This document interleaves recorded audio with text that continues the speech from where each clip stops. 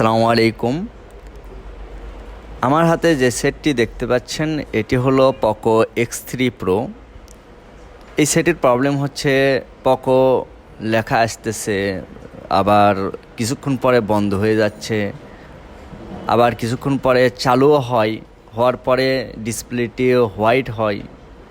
আর ডিসপ্লেতে আপনার rack system চলে আসতেছে, চার্জে দিলেও কোনো লোগো আসে না বা কোনো রেসপন্স পাই না, শুধুমাত্র পোকো লেখা এসে আবার চলে যায়। তো পূর্বে এর আগে আমার কাছে Poco X3 Pro available set এরকম সমস্যা কিছু পাইছি। আর বেশিরভাগ সেটের সমস্যা আমরা দেখছি সেটা হলো ডেড মোডে চলে যায়, মানে পুরোপুরি ডেড।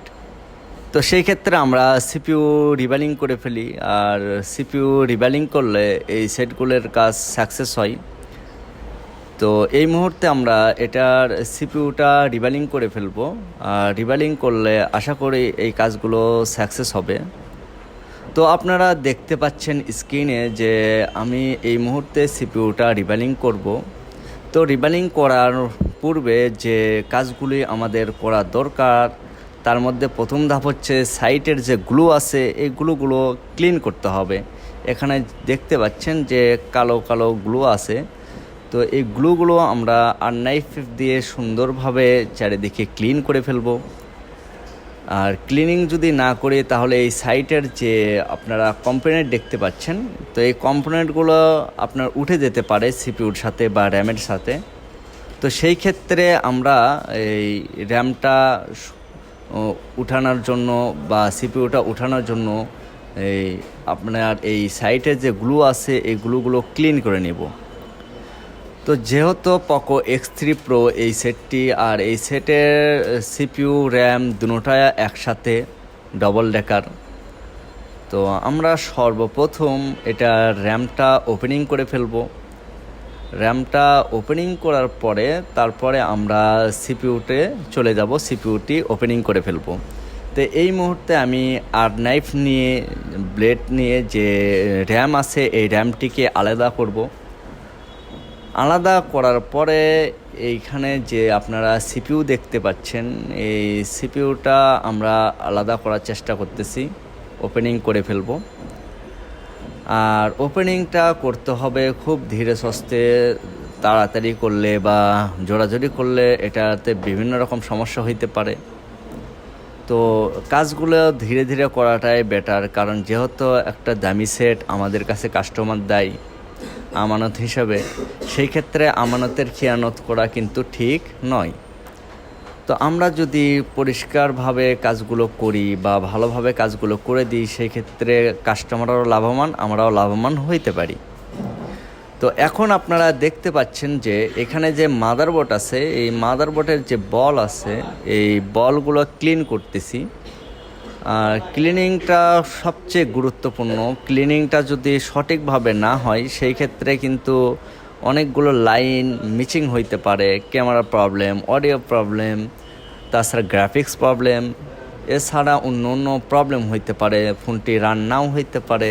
কিছু লাইন যদি মেন লাইন থাকে যেগুলা আপনার ইএমএমসির সাথে রিলেটিভ, তো সেই ক্ষেত্রে আমরা সুন্দরভাবে এই মাদারবোর্ডটি ক্লিন করব। ক্লিন করে তারপরে আমরা কাজটি সিপিইউ বা র্যাম এগুলা বসানোর চেষ্টা করব।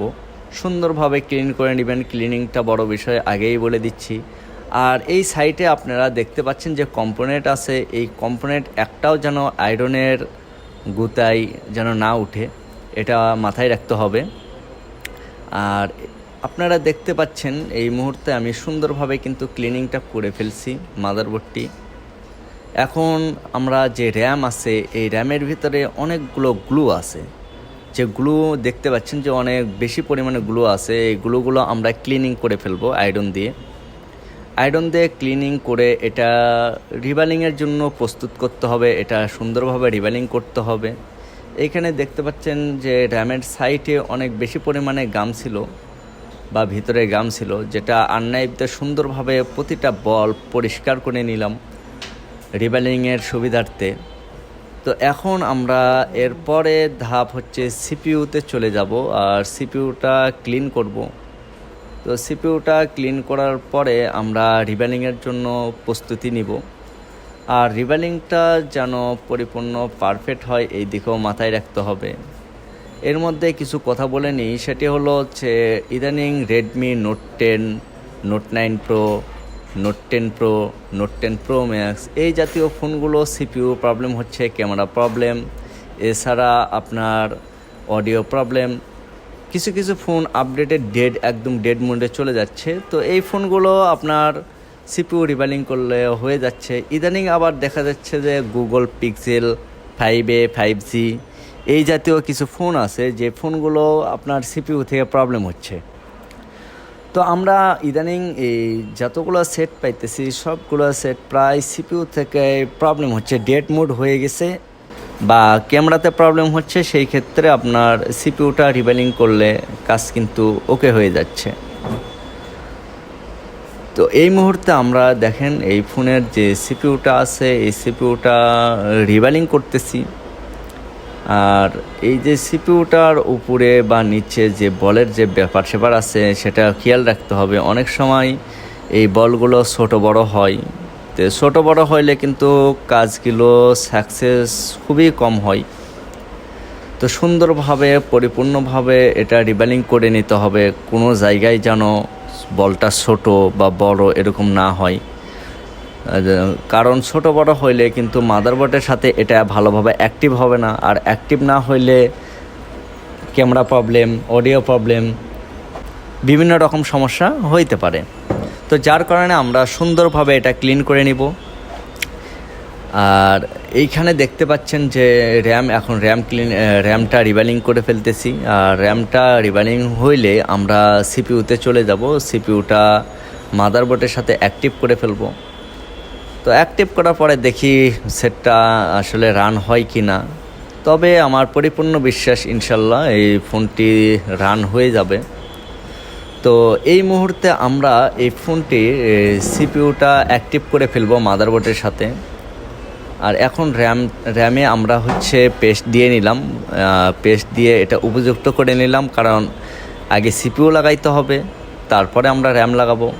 তো এই মুহূর্তে সিপিইউর যে আন্ডারলাইন আছে চারিদিকে এটা আমরা মিলিয়ে নিচ্ছি।